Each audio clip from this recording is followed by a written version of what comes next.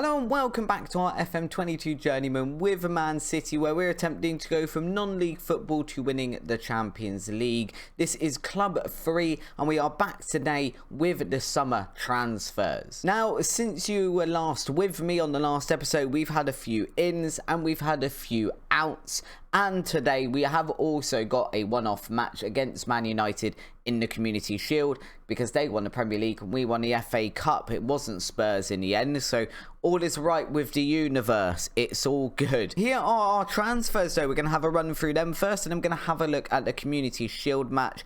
First up is our left back. We spoke about in the last episode needing a left back. This is the one we've brought in, Nuno Mendes. He was over at PSG, which I think he ends up there most times in FM22. He's obviously out on loan, but they have a £34 million buy fee, which they do tend to activate. He's been really good there as a left back at PSG, as we can see, always having a really decent rating. We've now paid £83 million to bring him over. He's going to definitely be, I think, our starting left back unless something really strange happens in the rest of the transfer window.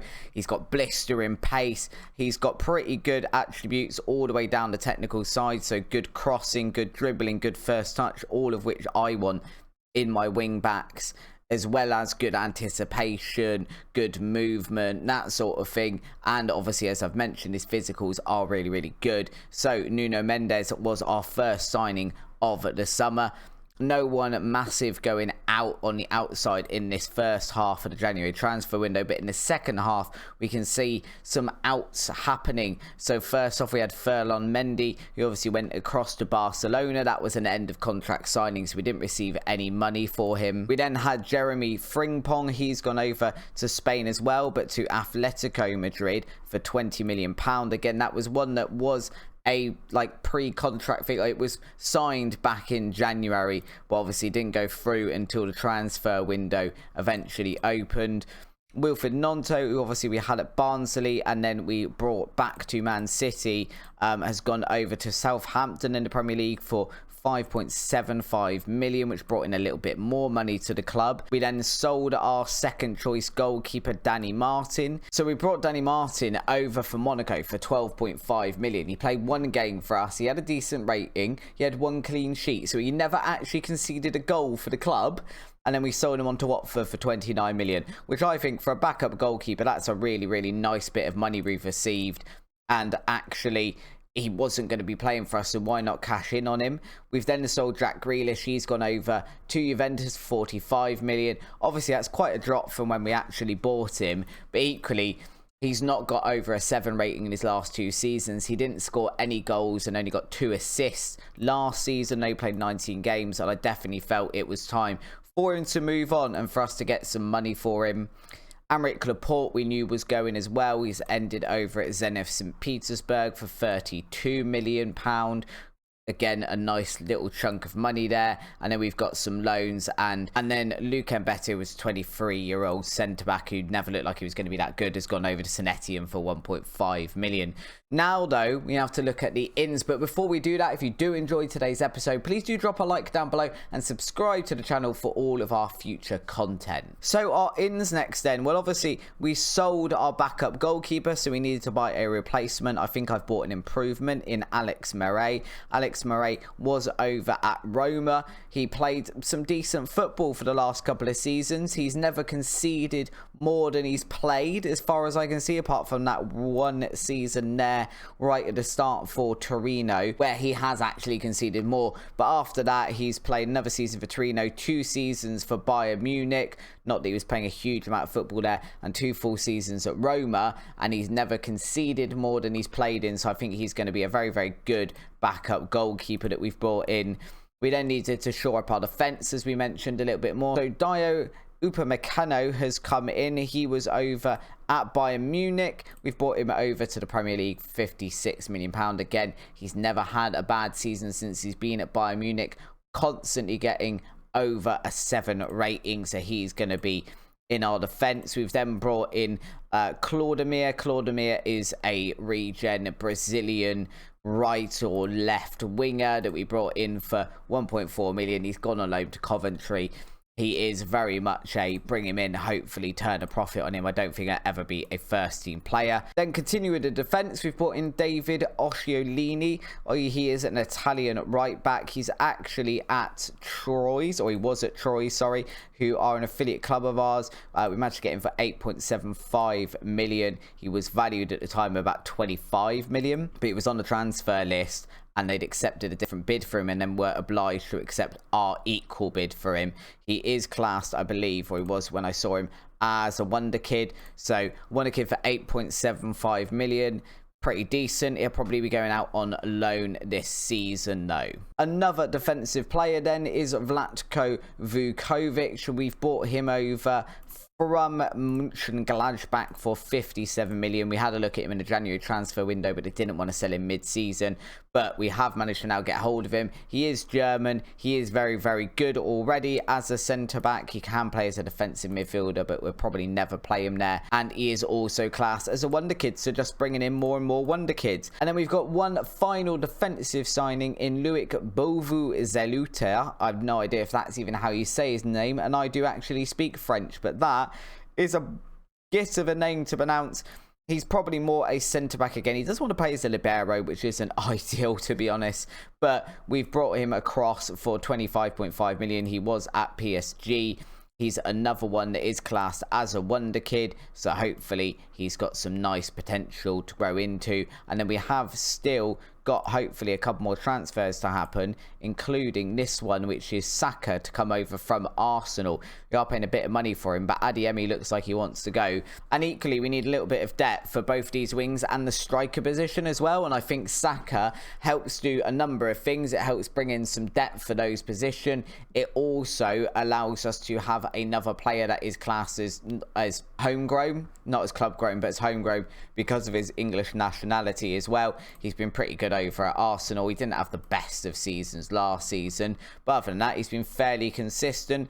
Obviously, he can play on both wings if we need him to. If we really need him to, can play as a left back as well, but that will only be in a very, very last-ditch situation. It does mean on the first day of the season for the McDonald's FA Community Shield, what a sponsor, against Man United, this will be our lineup. We've got Ederson in goal. We've got back four of Mendes, Upamecano, Diaz and Kruger over on the right. As you can see, Alexander-Arnold down here is injured at the moment. We've then got Rice and Foden, who remain in midfield, the same as last season. Sterling, Almada and Adeyemi behind Silva, all of which is fairly similar. The only changes really from last season there are Upamecano and Mendes coming into the side. I would like to get Mariba playing a little bit more. I think if Saka comes in, he does get into the side as well. And I think we do probably need to make a couple more signings before we hit the end of January. So that will be maybe a slightly better side than it is currently. It's not a bad side currently, but my worry is it is pretty much an identical side to what it was last season. And last season, obviously, we struggled a bit. We struggled a lot. I've no idea how this match is going to go against Man United as well. I'd like it to be a nice win that gets us off to a nice start at the start of the season, but I really, really can't guarantee that. I have no idea if that is going to be what we get, or if what we get is going to be a utter collapse, a really poor start to the season, and it's just a continuation of what last season looked like. Obviously, we finished 11th. No, we finished 9th. Sorry, we finished 9th for last season. That's not a lot better than 11th, though, to be honest. It wasn't a great season for us. I feel like we need to get a much better season under our belt this time round. It will be our first full season with Man City. Hopefully, this is the one that allows us to get into those Champions League spots. Obviously, after last episode's success and our bit of silverware, we are in the Europa League, so we have got some European football. Almada not managing to get that shot on target there. I don't feel like he's the best player to be getting his head to corners. That's my main issue. Sterling here trying to launch a counter-attack. He's been held up. He's passed it over to Foden though. Foden, Adeyemi. Nothing coming of that one. It is cut out last minute, last ditch effort by the Man United defender, although they dilly-dallied around a little bit there, and Silva almost managed to sneak in and make something of that. That would have been a fantastic goal, where the Man United defenders just mess around so much that Fabio Silva can just basically walk in through the front door and smash one home. That would have been brilliant. Declan Rice here taking the throw in. Fabio Silva, can he get his head to it? He can. It's been nodded away, but we have managed to keep hold of the ball on the edge of the area. We're playing it all the way back to Kruger now. Kruger, who in the season preview is odds-on favourite to be the best young player of the season in the Premier League this year. So hopefully he can live up to those expectations. That would be really, really nice for us. He's cost us a lot of money. He didn't get a huge amount of game time last season. Hopefully he can make up for that this season, become really, really, really, really good. That would be ideal. Adeyemi, I think, took a little bit of a knock there as well, because he was tired and had like a red heart for a bit, but it seems to be slowly going back up. Adeyemi on the ball now, ironically. Rice over to Adeyemi. Can he still run? He can. He can. Jeez, that was a decent one. Kruger back into Rice, coming back into the middle of midfield now. Adeyemi, can we get that one back across? We can't. Kruger can, though, to Sterling, to Foden. It is blocked, and it is apparently offside as well, so it didn't matter anyway. We're not knocking on the door. We're not getting anywhere, and now Almada is injured. Let's bring on Mariba instead in that case, in that position. And I wonder, actually, let's swap these guys around. So let's put Foden there. Let's put Mariba as the roaming playmaker. I think that might be, if we're going to have those two players on the field, possibly the better way round to have them. Encouraged our team. That was a very weird start to a highlight. It just sort of slid back up to the goalkeeper. Very, very strange. But Man United on the ball here from that goal kick. About 40 minutes played. We're almost over with the first half. I cannot remember in the Community Shield, is it 5 substitutes still, or is it 3? Obviously not played at this level at all in this save, which means I haven't played this level, I don't think, at all in Football Manager. That's a lie. The beta save with Arsenal, we were obviously in the Premier League. We haven't played this high up since then. Pretty much everything I've played has been on YouTube. In between that, I don't have a huge amount of time in between, you know, actual work and then recording for YouTube to play personal saves as well. I've not a lot of time left for that. I've had Pokemon Legends of Arceus sat on my desk for about 2 months since it came out. I got it about 1-2 weeks after it came out. I'm about halfway through it. I still haven't managed to finish that. It is quite time consuming and leads to at least one sleepless weekend night. So all that said, now I've played by Tiny, world's tiniest violin. If you did want to subscribe because you feel like my efforts deserve it, then please do hit the subscribe button. Absolutely shameless plug there. I have no scruples. That was an absolutely awful pass from Upamecano, but he has managed to go back and get the ball back, so we'll let him off for that once. Fabio Silva now playing it in front of Mendes, who is a bit more of an attacking sort of left back, wing back style than he is a defensive style, which kind of means on both sides we've got more attacking players than we have defensive wing backs. So our central defenders are going to need to be absolutely top notch this season in order to sort of allow those two players on either side to do what they want to do. We are still very much on top in this tie at the moment. Man United have had one shot. We have had a number of shots. Ruben Diaz that time, the one getting his head to the corner, and yet still nothing is finding its way into the back of the net. Man United now have a corner. Bruno Fernandes, oh dear again. Sesko at the second bite of the cherry, managing to put that one away, and this is exactly the problem we had last season. Loads and loads and loads and loads of shots, dominance throughout, absolute dominance, and then we concede. Why we don't seem to score? I mean, we've brought Fabio Silva in. He had a good start. He seemed to stop scoring towards the end of last season. Adeyemi we've had to put out on the right wing because he seems to have stopped scoring. I mean, at least if we're being Saka in, that will bring a bit of composition for Fabio Silva, because Fabio Silva is basically a guaranteed start at the moment. We've got Isaac. but he doesn't tend to start up front. We've got Adeyemi, but he's always out on the right, so you kind of end up having to start the same players in the same positions. We are still trying to sort out the squad depth a little bit. Despite all those transfers, we've had just as many out, so the squad depth itself is still a little bit of a problem. Ruben Diaz now has just got a yellow card as well and given away a free kick. Luckily, that free kick doesn't come to anything, and I'm looking down here at the players. Adeyemi's tired. Kruger is tired, which means that entire right hand side is quite knackered. Lamptey and Adeyemi need to come off. I'm going to bring on Winterbottom. Duffy Winterbottom, who is our youth player, youth prospect type thing. Hopefully he can come on and do something. We're going to encourage the team a little bit as well. Oh, I don't really want to be losing the very first game of the season. Especially, I don't want to be losing the first game of the season when we've been dominant throughout.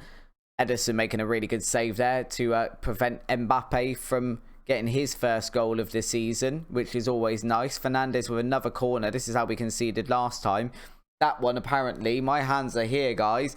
That one was so poor that we didn't even get the highlight for it. Declan Rice now launching it into the box. Ruben Diaz does get his head to it, but can't nod it down to a Manchester City player. Lamptey now is trying to make something of this. We've appealed for a penalty. It is a penalty. That didn't look like it was in the box to me. Fabio Silva is going to be the man taking it. That does remind me, I probably need to check who my set piece takers are. Fabio Silva, though, getting his first goal of the season. Again, I'd prefer to see us score occasionally from open play, but we will take the penalty. We will score the penalty. We'll take the goal. I don't mind particularly how we get them, as long as we get them. I feel like we do deserve that one. Based on form alone, we deserve it. Foden now into the box. Ruben Diaz has got the second. His first of the season. It's taken us a long time, and now we've got 2 goals in consecutive highlights with Man City. Our first corner scored. That's always nice. Ruben Diaz nodding that one home across the goalkeeper, who potentially was a little bit blindsided. Is it still Henderson in goal for Man United? I didn't take any notice. It was last season. Duffy Winterbottom now forward to Fabio Silva. That one is cut out as it's back to Duffy Winterbottom again. It's all over the place. Foden nod it down to Lamptey into Fabio Silva, who cannot keep his header down. And it is now going to be a Man United goal kick. And it is not Henderson in goal. It's somebody called Zelute. I've never heard of Zelute. It could be a regen. Could be they've decided to start youth players in the Community Shield, maybe. Which should be even more annoying if they have, because we've started our full team and they've made a game out of it. Duffy Winterbottom.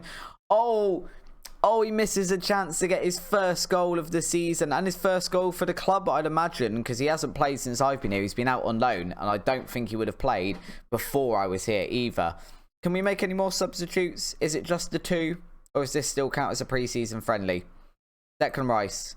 We can actually make these. Okay. So we're going to bring on Beauvue, Zelute over there. Can we make any more after that? If we can, then we'll bring Foden off. No, we can't bring Foden off. We'll bring Isaac on. We can make that substitution as well. Absolutely fine. That's 5 substitutes. I'd imagine that's all of them. We'll do that just to keep the team ticking over until the end of the match. This should be, in theory, the last highlight. We are winning currently. We just need to not concede here. Ruben Diaz now, ball forward to Isaac. He nods that one across, hoping to find Duffy Winterbottom. He doesn't find him, and now Man United can launch one last counter-attack. It's thrown into the box for Sesko. Ederson just plucking that one out the air. Absolutely plucked that one out of the air. It's not even a save. He's just caught hold of it with his sticky Spider-Man-like fingers. That was beautiful goalkeeping. And for the second time in consecutive episodes, we're going to see this animation. We're going to see our players pick up a trophy, and we're going to see exactly how small I am in comparison to a other 3D rendered graphical human being. This is always nice. Love a nice bit of a celebration to start off a season. It's a trophy. not a very good trophy, and apparently it's sponsored by McDonald's, so it doesn't exactly seem like the most prestigious trophy in the world. But nonetheless, it's a bit of silverware to add to the trophy cabinet. I know Man City have loads of trophies in that cabinet there, but more important, more than anything, as we've just pointed out, we did beat Man United. Bragging rights alone kind of are worth it. Win the Community Shield, that's always nice. Pivotal match is, funnily enough, the only match in the whole competition. Almeida being injured for the start of the season is less than ideal, though, to be honest. I could have done without that, really. Never mind, it's all good. Let's see if those other couple of transfers go through before we end the episode. Well, that transfer for Saka has gone through, and he is now a Manchester City player. He's going to be really, really good over on this side, as well as I think his crossing is fantastic if we want to play him as an inverted winger. And hopefully he can provide loads of assists for Fabio Silva or Adeyemi or whoever ends up front. He's really got really good technicals here. His physicals are good. And of course, he's only 25, so he's got a good number of years in front of him as well. And as I mentioned before, he's had some decent seasons as it is for Arsenal. Last season, maybe not the best, but equally it was the most goals and pretty close to his most assists ever. Which is ironic that that hasn't resulted in better ratings. I'm not really sure exactly how those ratings have been worked out. But either way, he now plays for Manchester City. It does mean as well that we can play him here. And then potentially that means Adeyemi can go up instead of Silva. Or Silva can play there. Or whoever's in better form. This gives us a little bit more competition and squad depth, really. Looking forward to the start of the season then. In our next episode, we will have matches against Fulham, who are newly promoted, and Everton, who did finish above us in the league last season. We've got what looks like a relatively comfortable start. Hopefully we can get some points on the board. We can finally get into those Champions League qualification spots. At least that's the plan for the season ahead. Whether it ends up like that or whether it ends up in a sacking for us is completely different matter. If you have enjoyed today's episode, of course, please do drop a like down below. It really does help out with the YouTube algorithm. If you can do that, it's always very, very much appreciated. And if you haven't already, please subscribe to the channel as well and follow along with all the content that we upload on a weekly basis, including this Journeyman series as we attempt to get to winning the Champions League with Manchester City or whichever team comes next. Until next time though, guys, thank you very much for watching. I will see you over in the next video. Check out the video that's up on the screen now, and I'll see you there. Bye bye.